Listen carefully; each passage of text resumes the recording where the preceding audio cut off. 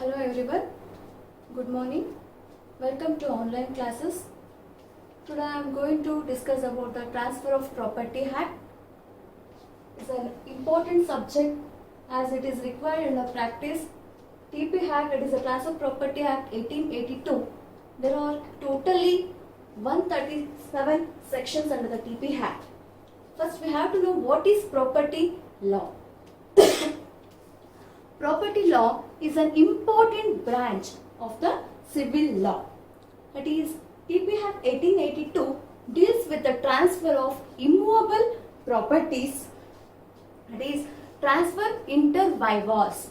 Transfer inter vivas. That is the act of parties. The act of parties means there are two parties in the transfer of property. When transferring the property, there will be two parties. That is, one is a transferor and other is a transferee.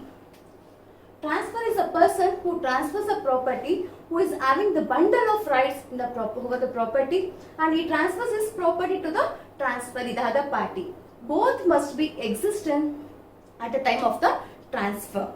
That is called as a act of parties or inter vivas. That is, TP Act deals with the transfer inter vivas of immovable properties, and some of the provisions are also applicable to the movable properties. And before this enactment, the transfers of immovable properties were governed mostly by the English equitable principles as applied by the Anglo-Indian courts. The law was neither uniform nor certain or definite due to the conflicting decisions of the various high courts. Accordingly, the TP Act was enacted to provide a uniform, definite statutory law governing the transfers of the immovable properties.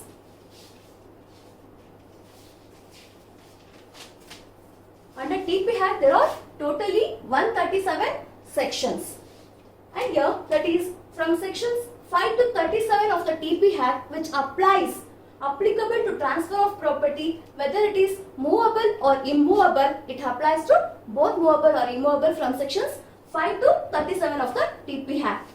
But from section 38, it applies only to the immovable properties. Mainly, the TP Act applies only to the immovable, but some provisions, that is from sections 5 to 37 of the TP Act, also applies to movable properties. And let us see the object of the TP Act. What is the object of the TP Act here? The object of the TP Act is to provide a clear and definite and uniform law for the transfer of immovable property by act of parties. Is called as a transfer of property. The main object of the TP Act is to provide a definite, clear and uniform provisions from law for the transferring of property. Transferring of the immovable property is called as the main object of the TP Act. As I told you, there are totally 137 sections under the TP Act. Let us go one by one. Here, that is section 1. It deals with the short title, extent and commencement. That is, as you all know, what is the short title here? It is a TP Act. Transfer of Property Act is a short title. And when it came into existence from the 1st July 1982, it came into existence. Short title is a TP Act, came into existence from the 1st July 1982. And let us go to the section 3. Section 3, what it says, according to all the other provisions, all the other acts, all the other statutory acts, under this act also, section 3 which deals with the interpretation clause. What is this interpretation clause? Interpretation clause is nothing but a definition. It tells about the definition of some important words which comes under the TP Act. That is called as the interpretation clause. Here, section 3 interpretation clause, that is in the beginning of every enactment. In the beginning of every enactment, there is a section in which there are definitions of selected words with meanings with reference to the enactment. Such section is called as a interpretation clause. That is, sections which deals with the definitions of some important words is called as a interpretation clause. And here the section, that is section 3, which deals with some important words. Section 3 which deals with some important words called as immovable property, instrument,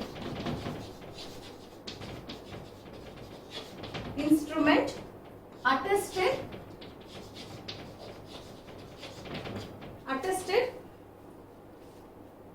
actionable claims,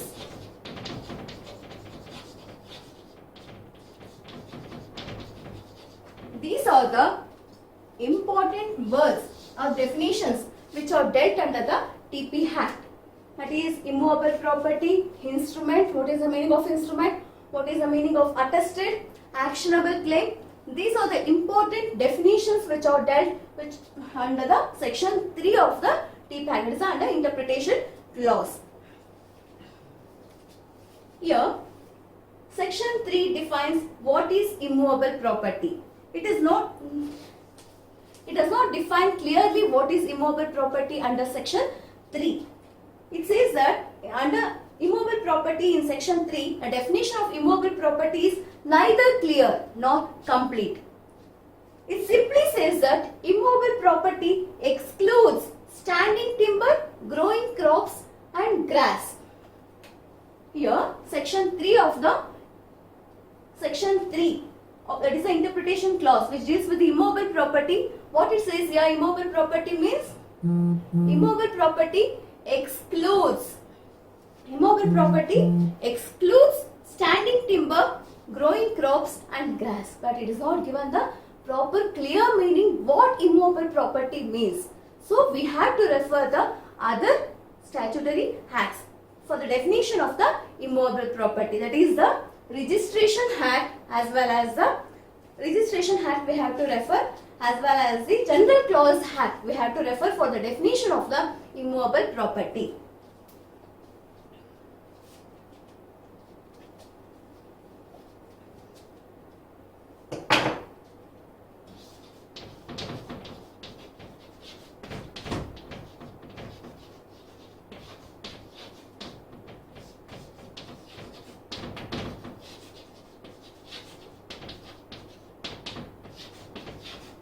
It is the General Clause Act as well as the Registration Act which we have to refer for the meaning of the immovable property, because under section 3 of the TP Act it has not been clearly defined what is immovable property. Under TP Act what it says, immovable property means it simply says that immovable property excludes standing timber, growing crops and grass.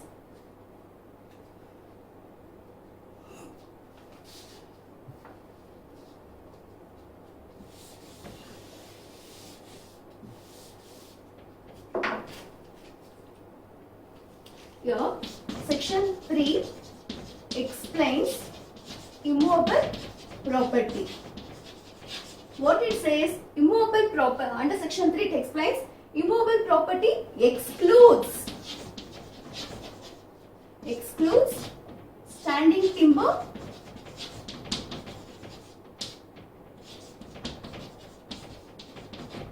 growing crops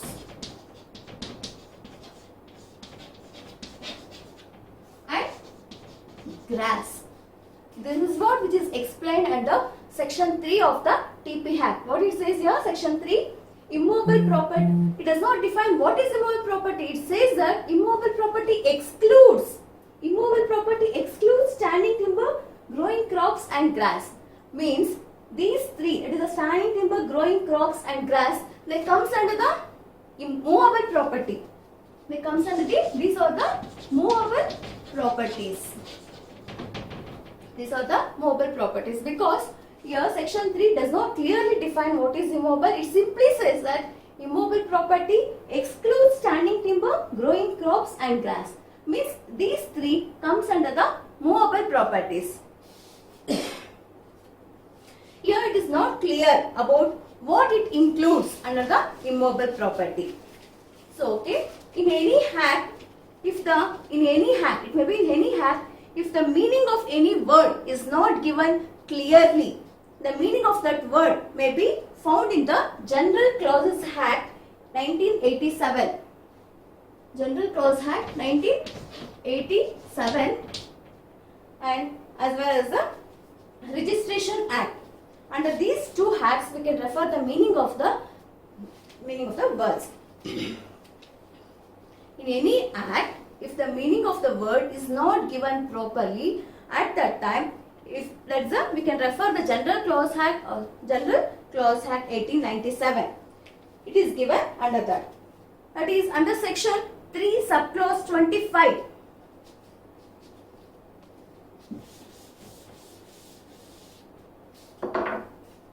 Under section 3 subclause 25 of the General Clauses Act of the General Clauses Act, that is section 25, section 3 subclause 25 of the General Clause Act 1987 defines the term immovable property. Defines the term immovable property. Section 3 subclause 25 of the General Clause Act defines what is immovable property. Here it says that immovable property shall include land, benefits to arise out of land and things attached to the earth. Here, as I told you, under section 3 of the TP Act, immovable property has not been clearly defined. It simply says that immovable property excludes the standing timber, growing crops and grass. So, we have to refer the General Clause Act to get a proper and clear meaning of the what is immovable property. And what is section 3 subclause 25 of the General Clause Act says about immovable property? Let us see. Section 3 subclause 25 of the General Clause Act defines what is immovable property. Here it says that here section 3 of the General Clause Act 1987 defines term immovable property. Here it means land, benefit to arise out of land, benefit to arise out of land and things attached to the earth.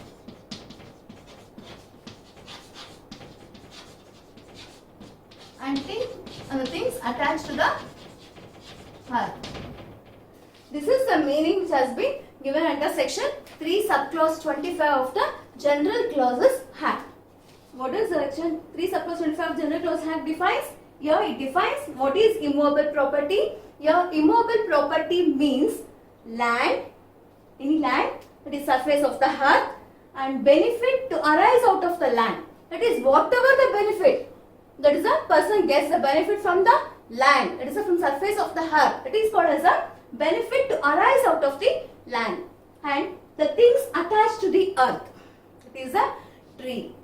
That is the things which are attached to the earth. These comes under the definition of the immovable property which has been defined under the General Clauses Act 1987.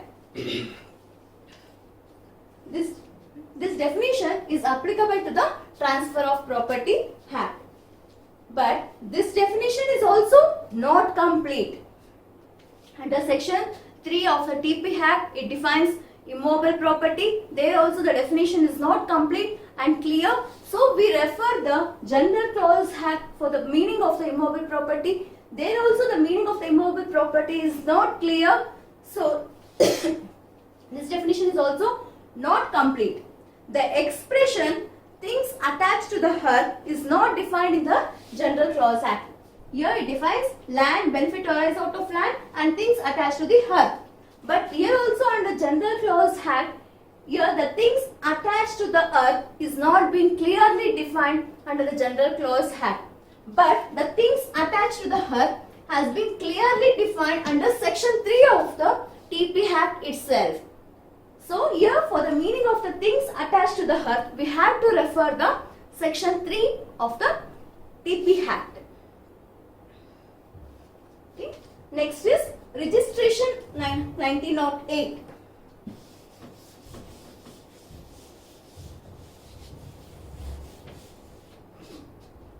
Here we are going to refer that is Registration Act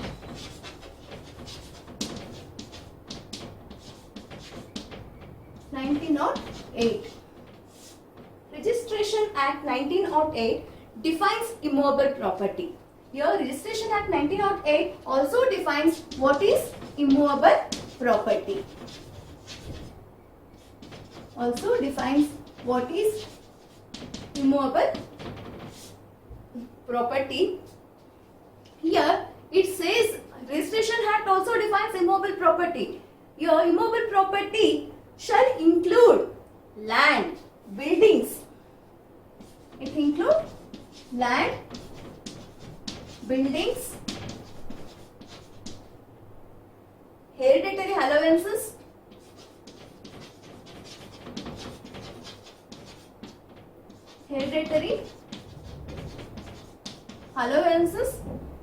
right to way, right to light,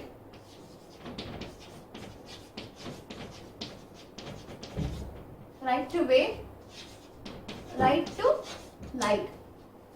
That's what it is. The Registration Act 1908 defines immobile property. Immobile property, that is includes, immobile property shall include land, buildings, hereditary allowances, right to way, right to light.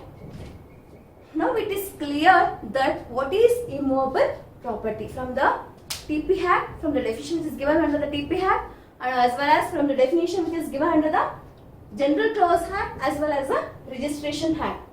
Whenever under any statutory law, if that is the meaning of the word is not clear, we are going to refer the General Clause Act for that. Here also under section 3 of the TP Act, it says that it defines immobile property as it says that immobile property excludes standing timber, growing crops and grass. Means these three, that is the standing timber, growing crops and grass, are not the immobile property.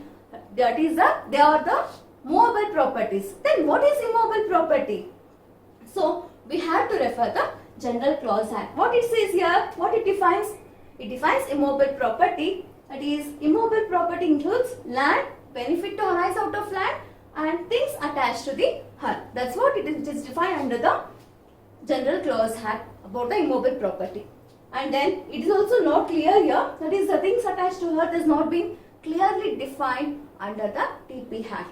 So here also we are going to, for the meaning of the things attached to the earth, we are going to refer the section 3 of the TP Act. There it defines what is things attached to the earth. Okay. The next, as I told you, Registration Act. Registration Act also defines what is immobile property. That is, immobile property includes land, buildings, that is hereditary allowances, right to way, right to light. These are the definitions means given under the General Clause Act, Registration Act as well as the TP Act. Here, in order to get a clear and complete definition of immobile property, it is necessary to consider the definition given in section 3 of the TP Act as well as the definition given in the General Clause Act. Here, in order to get a complete and clear definition of the immobile property, we have to consider both, that is the General Clause Act as well as it is necessary to consider both acts, that is General Clause Act as well as the TP Act, to get a clear-cut meaning of what is immobile property. Okay. So here we shall see what is section 3 of the TP Act defines what is immobile property. As I told you, not only we cannot get the clear-cut meaning from the section 3 of the TP Act for the meaning of immobile, so we have to refer Registration Act as well as the General Clause Act to get a clear-cut meaning of the immobile property. And what does Section 3 of the TP Act defines? Let us see.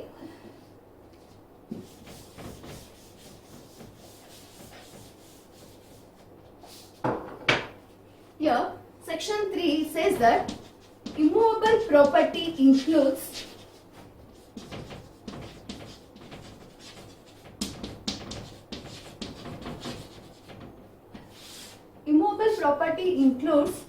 land as well as next is the benefit to arise out of land.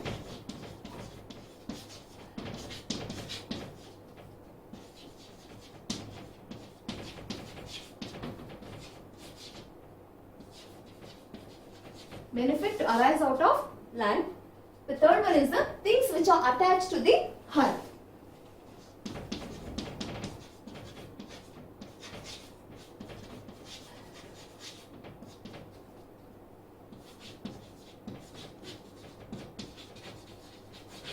Things which are attached to the hearth. Here what it says, immobile property includes land, benefits to arise out of land and things attached to the hearth. And here, as I told you, things attached to the hearth has not been clearly defined under the General Clause Act. So, we are going to refer the TP Act for the definition of the things attached to the hearth. It defines clearly under Section 3 of the TP Act what is things attached to the hearth. Here, things attached to the hearth, the 3 points which are covered under things attached to the hearth, that is, things embedded in the hearth,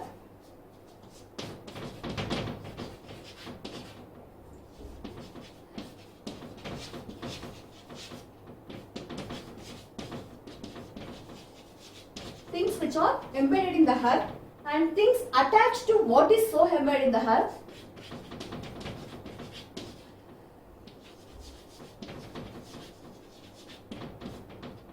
Things attached to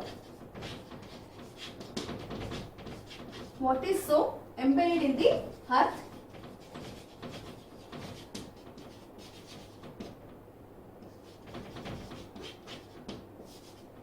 And the last one is the things which are rooted in the hearth.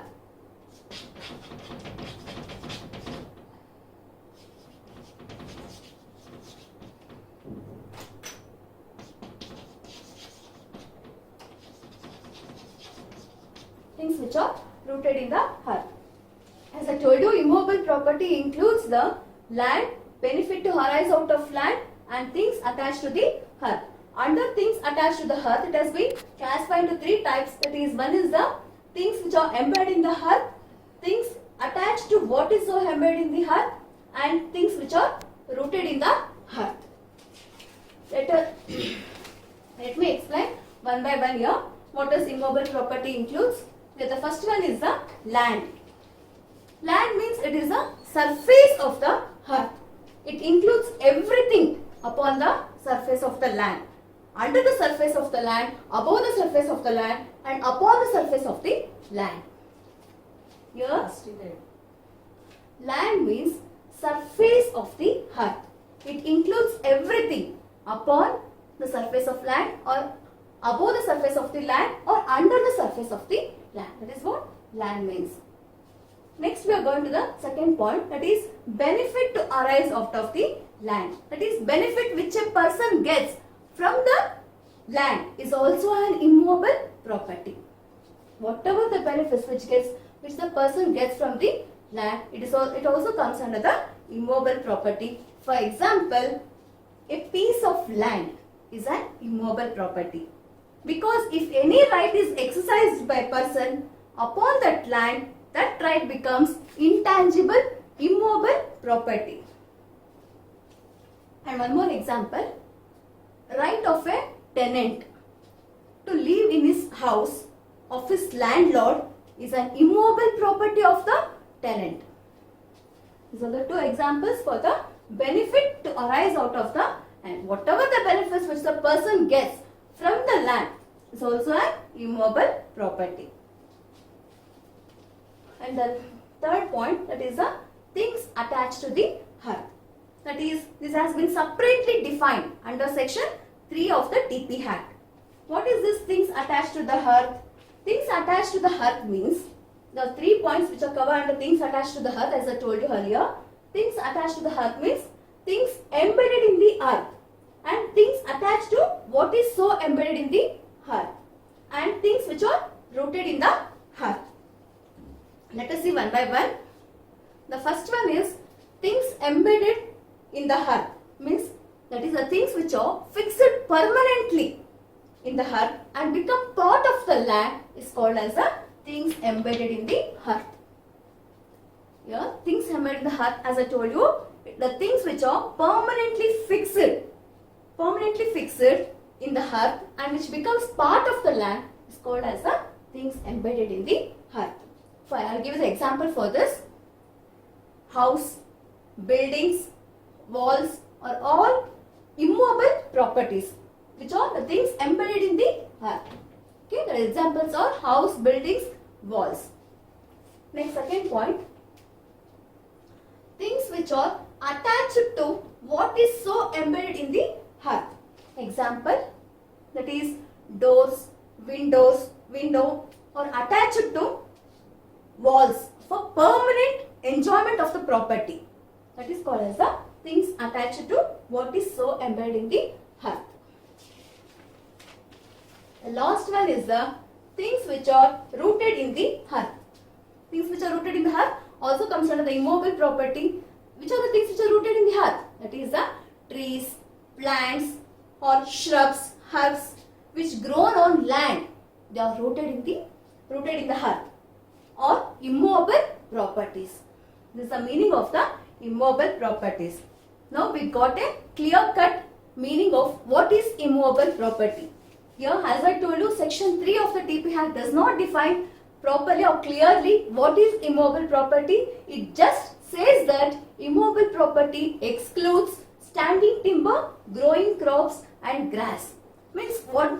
These three, it is a standing timber, growing crops and grass, they are not the immobile property, they comes under the movable properties.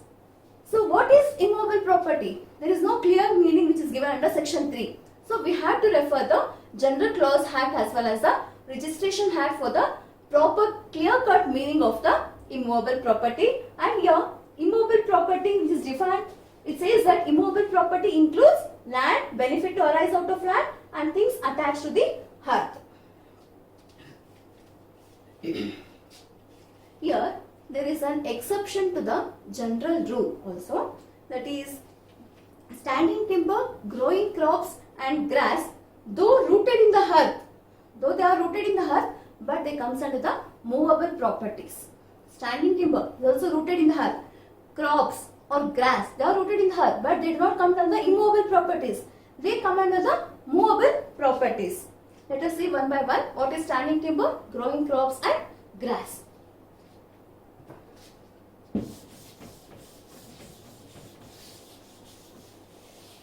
Movable property ಬರ್ತೀಯಾ? ಇಲ್ಲ, first ಇನ್ನೂ ಇದೆ.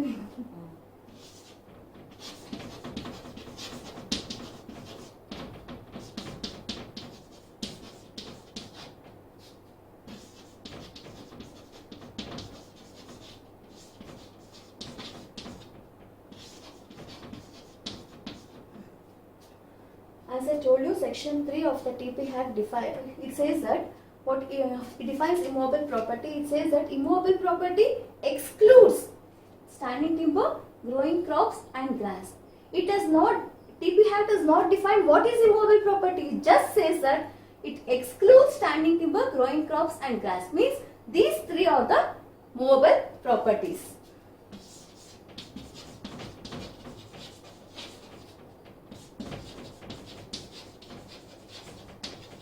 These three are the movable properties. Now let us see what is standing timber. Standing timber is a movable property. That is a green tree which is rooted in the earth. A green tree which is rooted in the earth is called a standing timber. Its woods are generally used for the timber purpose or for the making furniture. But also it comes under the movable properties. I'll give you the example for this. Example, that is neem or teak trees or grown for their wood, they fall under the category of the standing timber and it's called as a movable properties.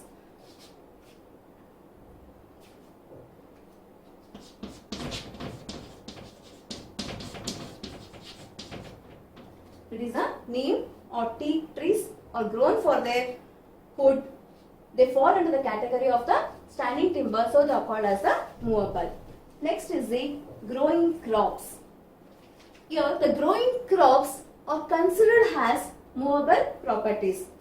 Here growing crops like it is the wheat or barley or sugarcane crops or the crops of the grapes are all considered as the movable properties.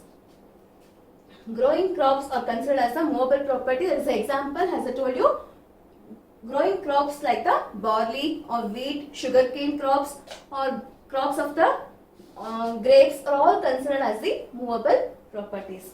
Next is the grass. Grass is also a movable property because it is mainly used as a fodder. So, grass is also a movable property. These standing timber, growing crops and grass, they are the movable properties. And here it says that the fruit bearing trees are not standing timber.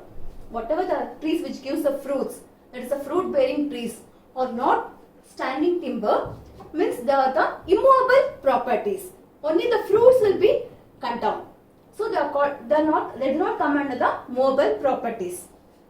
And that is fruit bearing trees are not the standing timber. They are planted and grown for only for taking the fruits, etc. and not for taking the wood. So they comes under the fruit bearing trees comes under the immovable property, that does not comes under the movable properties. And here mango tree, let us say about the mango tree. Mango tree which gives us the fruits, but their wood is also used for the timber purpose. As it is a mango tree which gives the fruits for us and the wood is also used for the timber purpose. Whether such trees are standing timber or not depends upon the intention of the owner. If he cuts the wood, then it comes under the movable. If it does not cut the wood, if it just only cut down the fruits, it comes under the movable. So it depends upon the intention of the owner. It is a fruit bearing trees, whether it comes under the movable or immovable. There is one case law for this.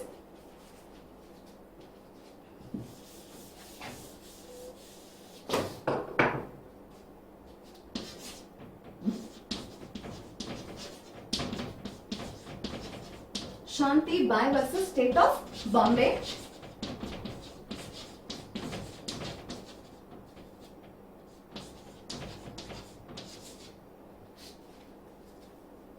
Shanti Bai versus State of Bombay. That is, in this case, the Supreme Court has held that if the owner of a tree is interested in the further vegetative growth of the tree, that is to keep the tree alive without cutting the wood, it is a tree that it is immovable. Here, the court says that if the owner of a tree is intended in the further vegetative growth of the tree without cutting the tree, further vegetative of the tree, to keep the tree alive, it is a tree which is immovable, it is not a movable tree. But if he is intended to cut the tree, it comes under the standing timber, that is a movable property. That's what which has been held under Shanti Bai versus State of Bombay, which is important case for sake of exam. Many times they asked this case. It is regarding the mango tree, whether it comes under the movable or immovable. Here it depends upon the intention of the owner. Only if it cuts the fruits of the tree, it comes under the movable. If he does not cut the wood of the mango tree, then it comes under the immovable. Okay. Next, we shall see the meaning of the movable property.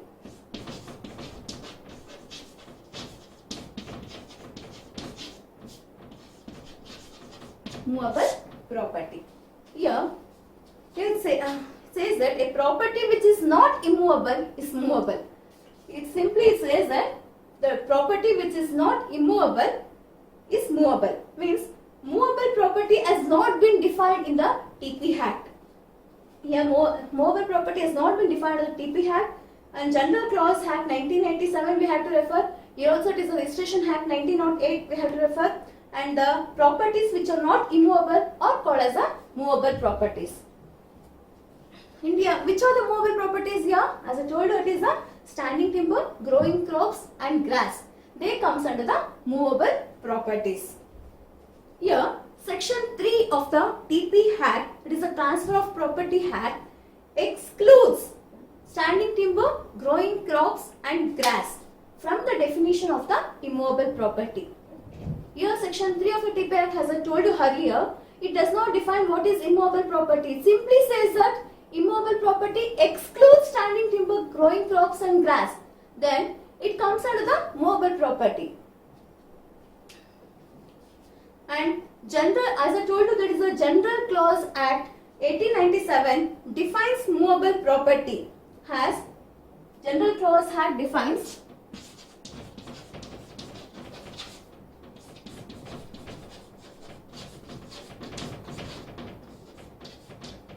General Clause Act 1897 also defines movable property as property of every description except immovable property. What is defined in General Clause Act here is that about the immovable property. It says that movable property has property of every description except immovable property. This is what the definition which is given about the movable property under the General Clause Act.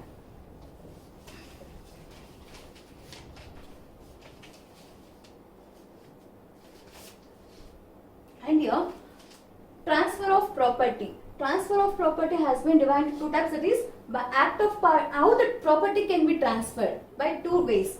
That is, by act of parties or by operation of law. Here, the Transfer of Property Act can be, that is, the property can be transferred through by act of parties or by operation of law. Here, by act of parties means that is the inter vivas. Inter vivas means that is the two living persons.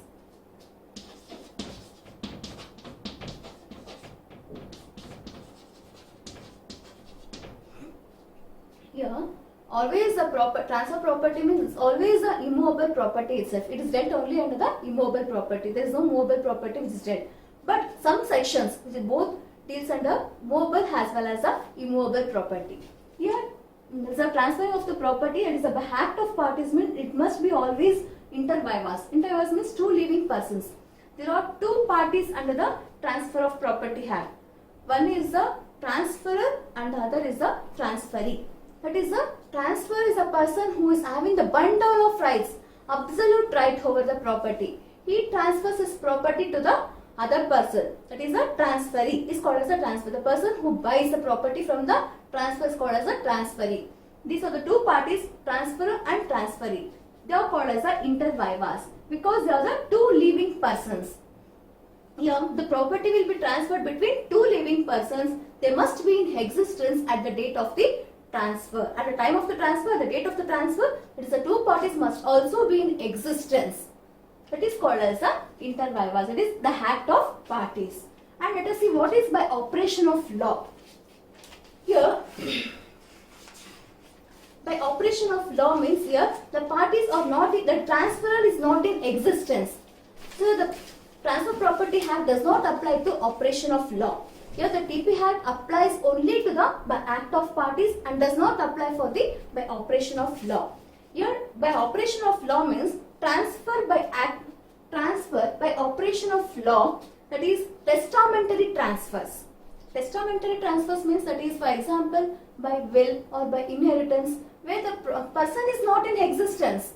That is, the transfer is not in existence but the property will be transferred to transferee.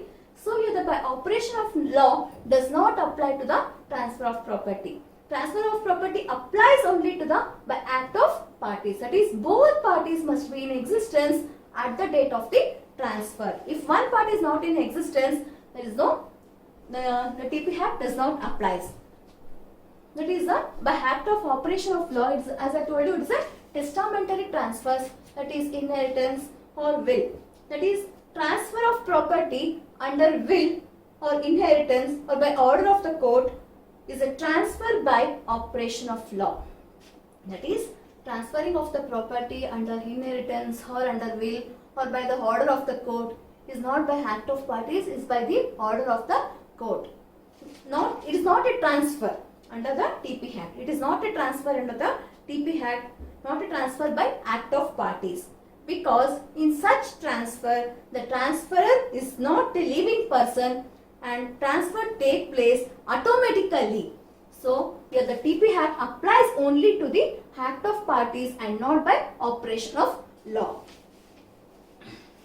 And here, as I told you, it is a by act of parties, that is inter vivas. Both parties will be in existence. That is a both parties means here, that is a transferor and the transferee. Both will be in existence at the date of the transfer. So, the TP Act applies only to the transfer by act of parties. For example, for this is